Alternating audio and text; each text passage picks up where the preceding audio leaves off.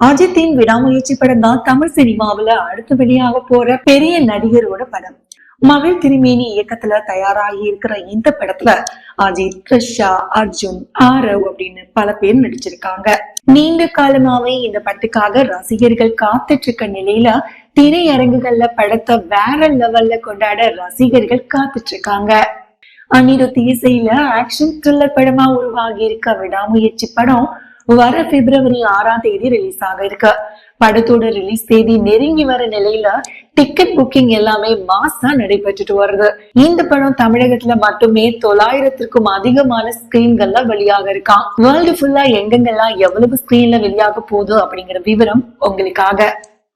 தமிழ்நாட்டுல 900+, கேரளால 250க்கும் அதிகமான தியேட்டர்கள்ல, கர்நாடகால 250, ஆந்திரா தெலுங்கானால 500, மத்த இடங்கள்ல எடுத்துக்கிட்டோம்னா 250, ஓவர்சீஸ்ல மட்டுமே 1500.